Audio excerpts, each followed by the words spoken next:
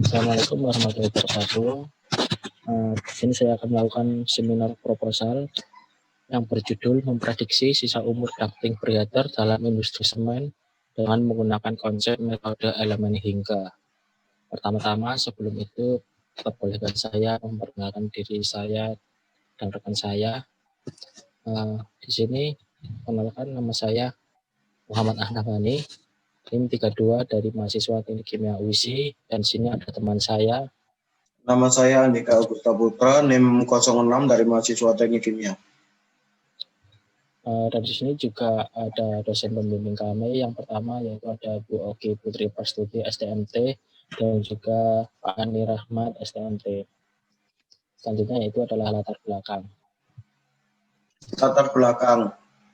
Semen Indonesia sendiri merupakan salah satu industri BUMN terbesar di Indonesia, di mana pada saat pembangunannya kebutuhan akan semen dalam negeri mengalami kelonjakan hingga 10-15% per tahun.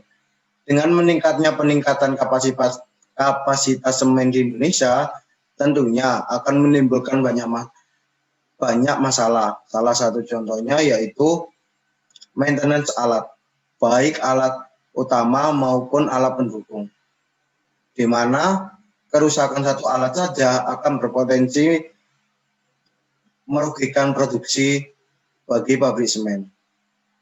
Maka dari itu, dalam penelitian kami mengajukan suatu analisis tentang suatu alat untuk memprediksi sisa umur alat tersebut, sehingga nantinya akan mempermudah dari pihak teknisi untuk mengganti ataupun memperbaiki alat tersebut. Alat tersebut namanya ducting yang ada di dalam preheater dengan menggunakan konsep elemen hingga.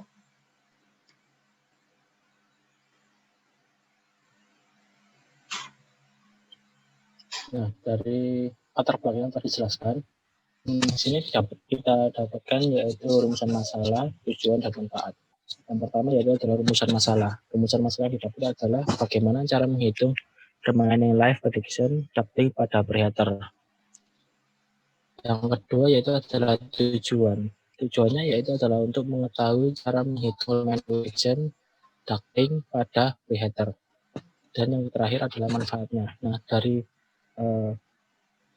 rumusan masalah dan tujuan yang kita dapatkan, ini adalah diharapkan agar remaining life prediction ini dapat mengurangi kerusakan alat yang tanpa diketahui terlebih dahulu kerusakannya. Nah, di sini dapat kita simpulkan yaitu remaining life prediction ini tentu diperlukan agar kita mengetahui kerusakan tersebut dengan menggunakan persiapan. Akan tetapi tentu saja lebih baik jika kita dapat melakukan maintenance kepada alat tersebut sebelum kerusakan itu terjadi. Karena kerusakan tersebut pada dasarnya kita tidak tahu kapan akan terjadi.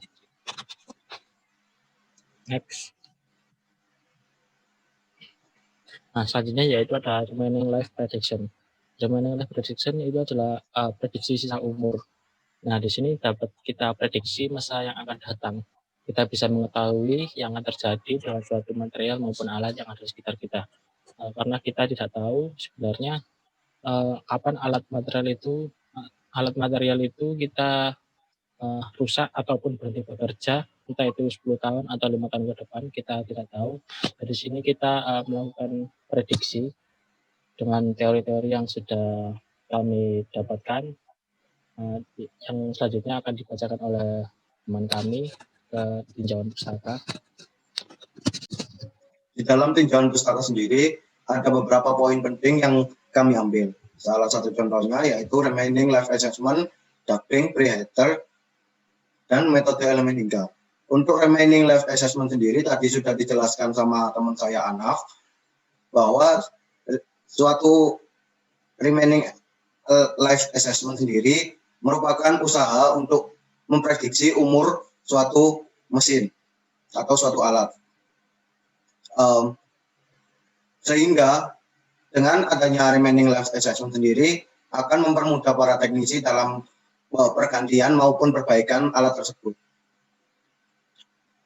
Dalam remaining life assessment sendiri, ada beberapa data yang perlu diperhatikan dalam menganalisa suatu alat. Data tersebut yaitu data sebelum alat tersebut mengalami kerusakan atau baru pemasangan sampai sekarang, sehingga nantinya akan bisa diketahui kapan alat tersebut akan bertahan lama. Kemudian yang kedua ada ducting. Ducting sendiri yaitu saluran udara yang menghubungkan antara GIME dengan alat utama atau main tools. Fungsi dari ducting sendiri yaitu menyalurkan udara terkondisi dari air handling unit atau biasa disingkat AHU ke alat utama ataupun sebaliknya. Bentuk dari ducting sendiri itu bermacam-macam. Salah satunya yaitu ada lingkaran, segi empat, atau oval, tergantung dengan kebutuhan dan fungsinya masing-masing. Material yang banyak dipergunakan dalam membuat ducting itu sendiri yaitu material dari baja lapis seng atau biasa disingkat BDLS. Untuk menghindari akan adanya perbedaan suhu dan terjadinya kondensasi dalam ducting, maka bagian luar atau bagian dalam atau bisa juga keduanya untuk dilapisi dengan bahan yang bisa isolasi. Banyak jenis isolasi yang digunakan untuk membungkus alat ducting. Salah satu contohnya yaitu dari styrofoam. Kemudian yang ketiga, alat preheater. Apa sih preheater itu? Preheater itu merupakan alat dalam unit produksi semen yang fungsinya sebagai pelepasan material sebelum dibakar dalam rotary kiln. Tujuan dari pemanasan ini yaitu untuk memanaskan material secara perlahan-lahan dan sesempurna mungkin hingga memungkinkan umpan kiln nantinya yang sudah siap untuk mengalami proses selanjutnya dan didapatkan cerak dengan hasil yang terbaik. Dalam susunan preheater sendiri itu terdapat saluran yang menghubungkan tiap tingkat dari preheater dengan cyclone yang biasa disebut dengan connection duct atau biasa disebut dengan ducting. Nah, di dalam ducting sendiri ini terjadi perpindahan panas antara gas panas dan kiln dengan material yang berjalan menuju ke arah cyclone. Kemudian yang terakhir yaitu metode elemen hingga. Metode elemen hingga atau bahasa ilmiahnya bisa disebut dengan finite element method atau disingkat FEM. Kita panggil saja FEM aja ya, biar gampang. Atau biasa yaitu tadi metode elemen hingga.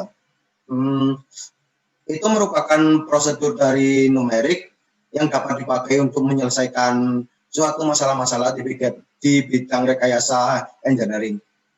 Inti dari FEM sendiri yaitu membagi suatu benda yang akan dianalisa menjadi beberapa bagian dengan jumlah hingga.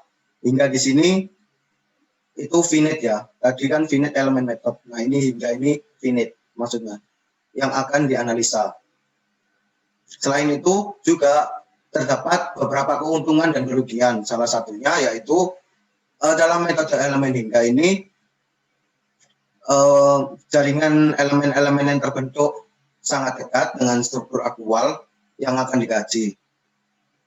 Kemudian kekurangannya sendiri yaitu data yang diperlukan dalam menganalisis suatu alat dengan metode ini itu tergolong sangat banyak sehingga butuh ketelitian dalam memprediksi supaya tidak terjadi kesalahan.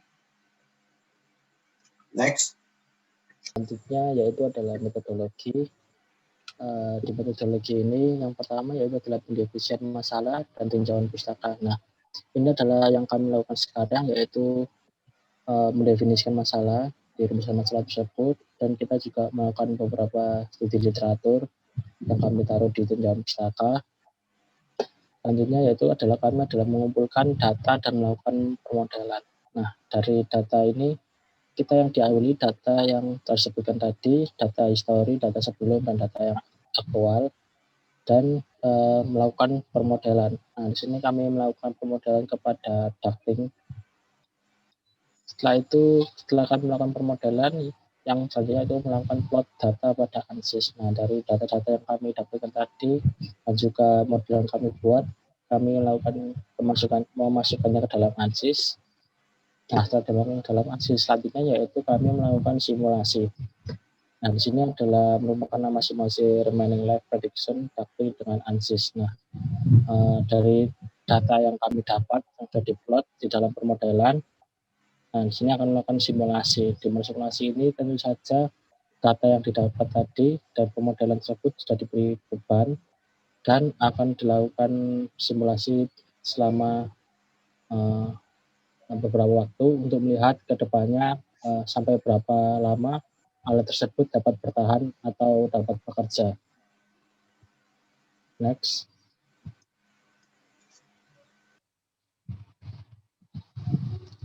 Presentasi kami, bila ada salah kata mohon dimaafkan. Akhirul kalam, wassalamualaikum warahmatullahi wabarakatuh.